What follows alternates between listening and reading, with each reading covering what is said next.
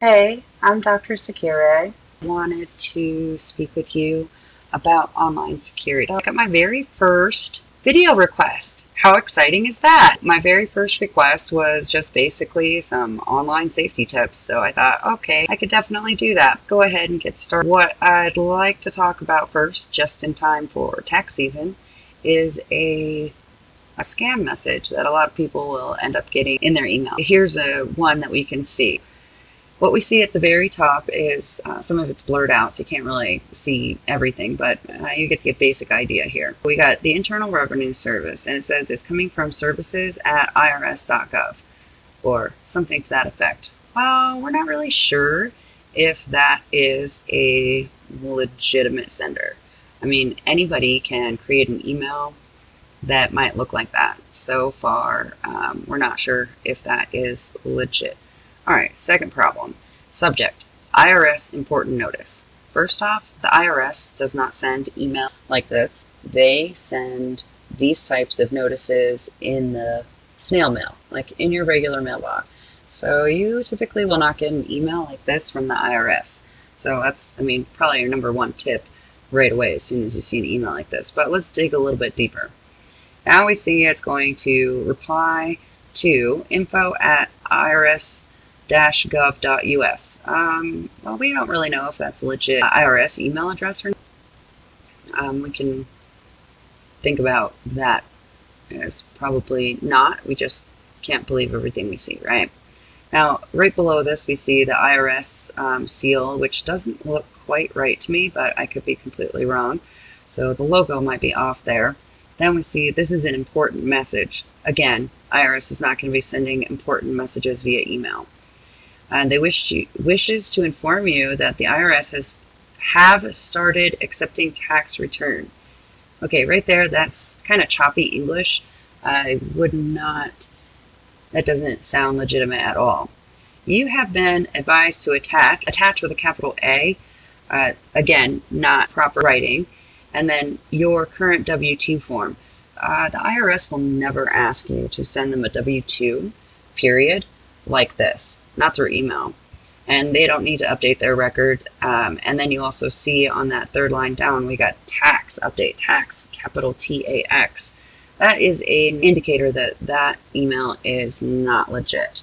Thinking about this, obviously we would not want to reply to this or anything. This just goes straight into our delete.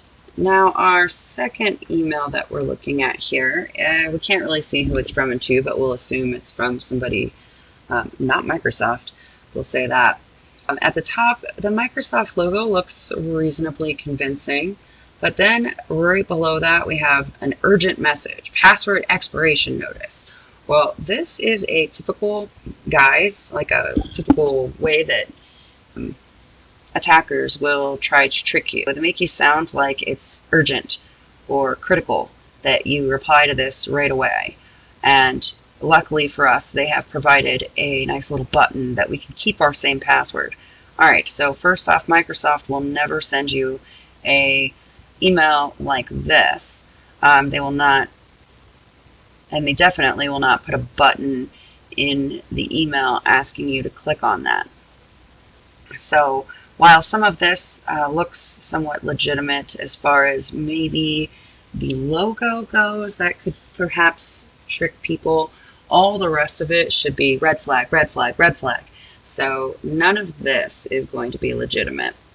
We have another one, Microsoft account password change. So this one may look a little bit more realistic, perhaps. So what we see here is that we have a password change, and it gives us whatever email address that is, and then it gives you some more information that sounds all technical and stuff, but really all it's telling you is that I could make this up.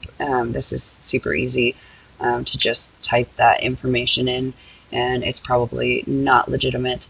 So, but it does mimic the way that some accounts might notify you that your device has been, or a new device has been added to your account or something like that. Your account has been accessed from a new device. You might get an email like that, which are actually legitimate. So I could see where potentially people could fall for these. But you see this now at the bottom. It says, if this wasn't you, your account has been compromised. So they immediately scare you. And then they give you some super handy dandy links that you could click to, which are going to take you to a website. Now, if you click on these, or even sometimes if you just hover over them, it might show you where that website is. Now, you should never get to this point. At this point, you should have already deleted this email. However, if you were really curious and you were like, I wonder if this actually is going to Microsoft, don't click on it. You could actually hover over it, and it might even tell you where it's going. But regardless, you would never click on a link in your email. And I'm not talking about like, oh, just the emails here that look suspicious, don't click on those links. No. I mean, just get in the habit of you never click on a link from your email, period. Whether you think it's legitimate or not. What you do is if you saw something like this, you would go to your Microsoft account the regular way that you always would, by opening your browser or however you normally access it, and then you would type your username and account in there, and then you would go into your settings, and then you would change your password like that. So you would not just go right from here and think, okay, let me go change my password by clicking on this link. That would be a terrible plan. Now, next up, we see another email from Netflix, and it says, oh, we're sad to see you go. Blah, blah, blah. Restart your membership. Here's a button. And look, up at the top, it even tells us it's coming from the Netflix delivery system. So, I mean, there is the off chance that maybe you just canceled your Netflix account. And now you're like, oh, man, I really shouldn't have. Let me click on this link. No, you're not going to click on the link. You're going to go back to your browser, you're going to go to Netflix, and you're going to see if your account is actually expired or that you actually canceled it. If you didn't cancel it and you got an email like this, then obviously it's probably not legit. But if you are nervous about it, then you go to Netflix, the actual Netflix account itself, not to that email address. Alright, now let's look at some social media stuff here. This one's pretty common, Facebook Messenger. You might get something like this where, oh, this video belongs to you. Click on this special video link. Don't do that. So what happens is other friends of yours may have gotten their email or their Facebook accounts hacked or whatever people want to call it. They need to change their email address, and you're getting spam emails. What they want you to do is they want you to click on that link. What's on the other end of that link? Well, it could just be a website with a whole bunch of redirects and spam ads and things like that. It could be something more nefarious where you click on that link, you get to a website, you don't have any no script enabled on your browser, which I can show you here in a few minutes, but it could then start just downloading something onto your computer. Hopefully you have antivirus and that will catch it, but you never know. It could bring you up to another page that looks just like Facebook, trying to prompt you to log in. And then you, as the user, might think, oh my goodness, I got locked out of Facebook. Well, no, you probably didn't, but now you are providing your username and password to this particular site, perhaps, and it's a credential harvester, and it could just prompt you for your username and password, and you give it to them, and then now they have your username and password, and now they steal your account just that quick. Probably quicker than I can even say it. So that's how quickly that can go. Here we have another Facebook engineering post. So this is just basically saying that the Facebook security team has locked your account because you've posted something that they have deemed unsuitable due to their moderation. I'd be careful about clicking on anything like this. This is probably fake. Actually, I guarantee you this is fake. So we will drop out that probably here in a minute. So anyways, here's another notification. This one appears to be from Facebook engineering, but we can see right away that the Facebook is not spelled correctly, or it's wobbled. You can see the security team. It just doesn't sound like a real legitimate email. It also says something like, please confirm, here's a link. So right away, you can tell this is fake and you do not want to respond to it. Instagram gets something kind of similar. So if you're an Instagram user, you might see something like this. This one's saying, oh, we found some content in violation of your copyright laws, blah, blah, blah. Anyways, it asks you to fill out a form. Don't do that. And then you might see something like this where it's trying to identify your security or identify who you are, or that you have, that what you're seeing is that it appears to come from like some Instagram verified security, and that you are violating copyright, but really you aren't. So just take this all with a grain of salt. This stuff is all fake. So if you see anything like that, you should ignore it. Now let's look at one more. I'm going to just pull this one up so you can see another one from PayPal. That way, if you want to pause the video and take a look at this or screenshot it or whatever, you can. So I'll just kind of leave that there for you, but you can kind of point out now what might not be good, as far as like, oh well, this log into your PayPal account as soon as possible, sense of urgency, a warning, fake links. So you can take a look at that. Now, another one that's come up here recently a lot, it seems like, is this cyber sweetheart stuff. So there are some red flags. If you meet somebody online who seems too good to be true, first thing that you want to do is make a copy of their picture and maybe do a Google reverse image search. If you don't know how to do that, I will maybe try to add that to this video here later. Now, some of the warning signs. They say they're far away, so you will not get to meet them in person, perhaps. They might travel a lot for work, so they're never in town when you are.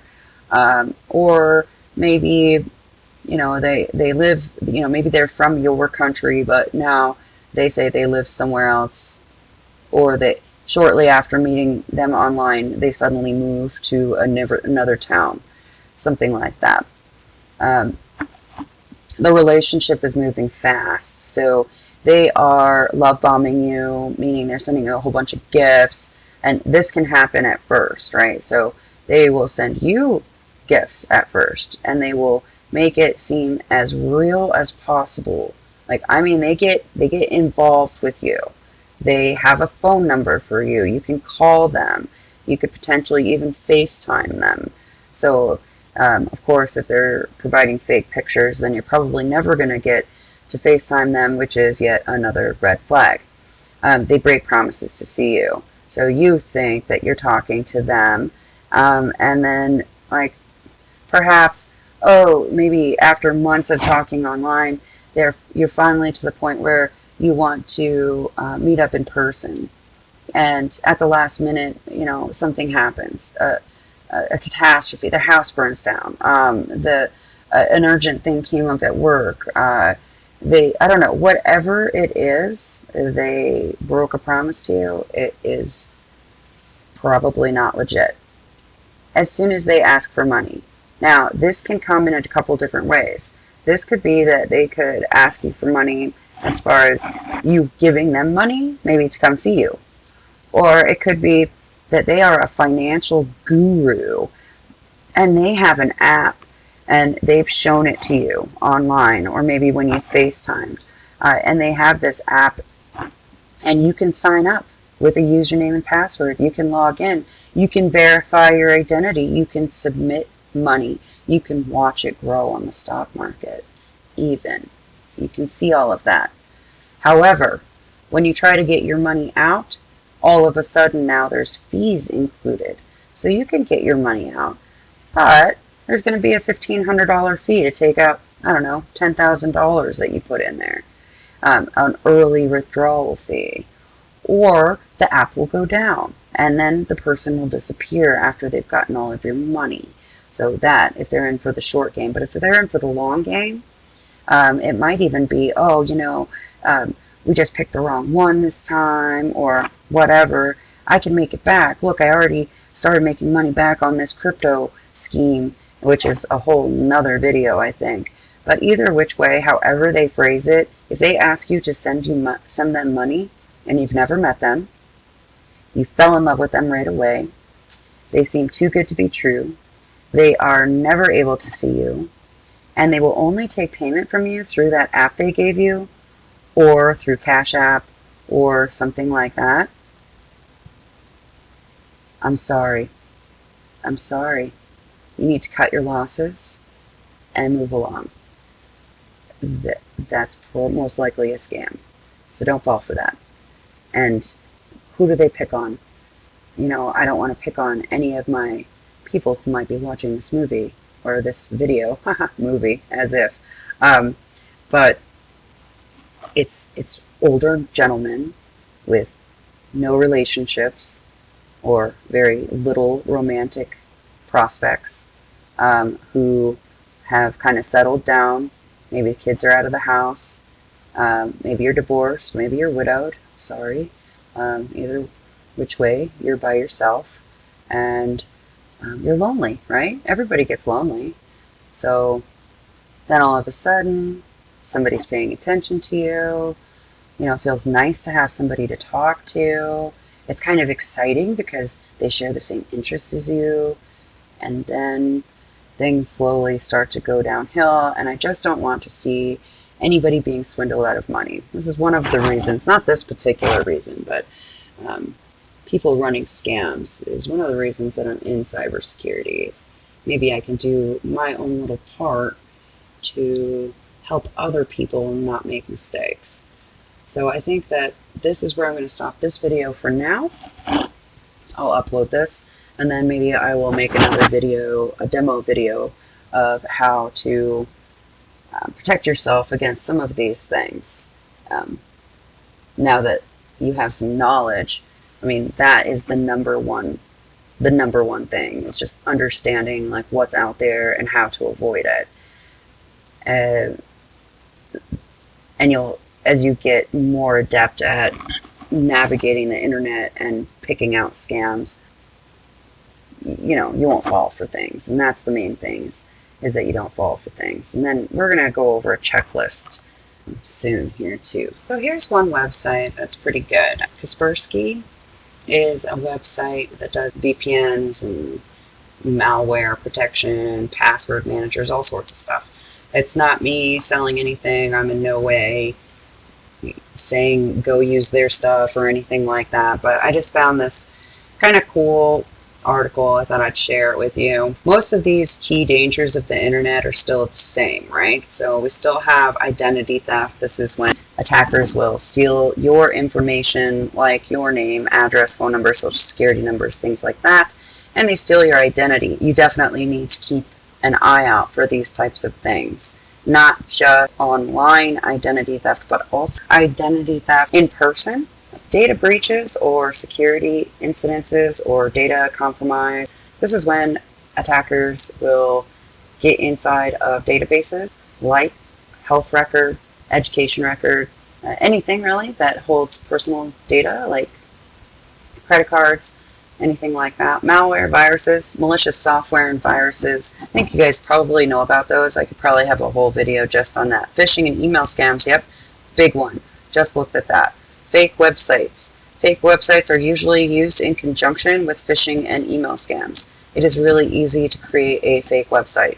You can literally just copy the source code and then create one that looks just like the website, the real website, the legitimate one.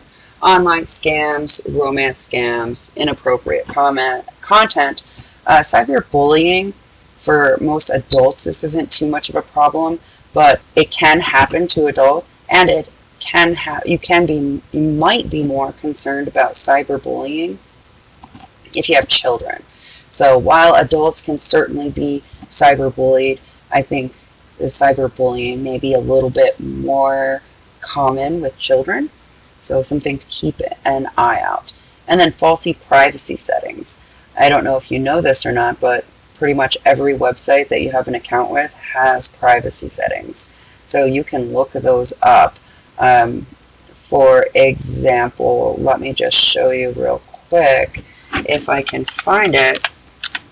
Facebook. I'm just going to use Facebook because it's, you know, been around forever now, and we kind of are a little bit more familiar. So let me Control++ this. So here is an article. It tells you all about what Facebook does, how you can manage your privacy. I'll put this link in the description below so you can kind of look at this on your own. But I mean, as long as we're at it, let's look at Instagram too.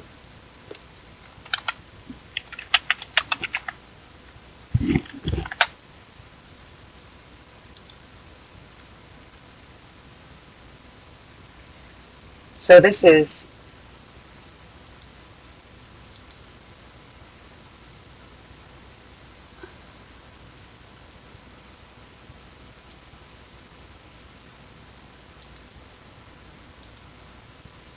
so it took me a second, but here we are.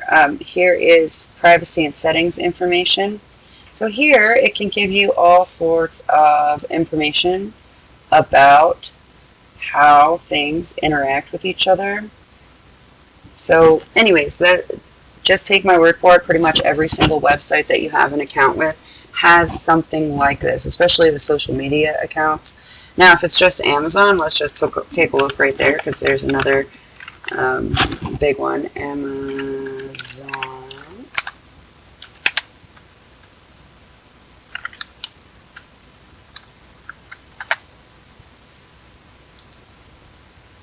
Here is Amazon's privacy notice. As you can see, it's just a quick little read that you could go through and, you know, at your leisure. But it tells you how they're using your data, where your data goes, what choices you have for it, how they use advertising, your personal information. So this one might be one you're interested in.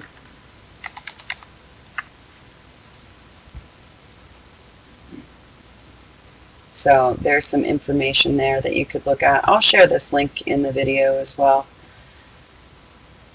So anyways, so here's some things that you can look at as far as checklist. Make sure you're using a secure internet connection. So up at the top of the website, you should see something like HTTPS. The F stands for Secure Sockets Layer or Transport Layer Security. That is what provides security in the background. I can't get all into that in this particular video, but perhaps if I have some reactions, then you guys want to hear about it, I will talk about that more. Now we have Virtual Private Network, which is highly recommended. Not all virtual private network are equal. So using one through like something like Kaspersky or some other VPN provider is a great idea. You need to make sure that you're picking the right one for your usage, and it's not a bad idea to avoid the free ones unless you know exactly how that VPN works. So I won't give any suggestions in this video on which ones you should pick, but I definitely know which ones I use, and I would definitely have some ideas on that. So choose some strong passwords, at least 12 characters. I say 16. I say 16 because it's going to take a little bit longer. Yes, uppercase and lowercase. Also, don't use the same passwords for every single site. Just think about this. If they get your password for your Facebook account, and it's the same one for your email account, now they have both.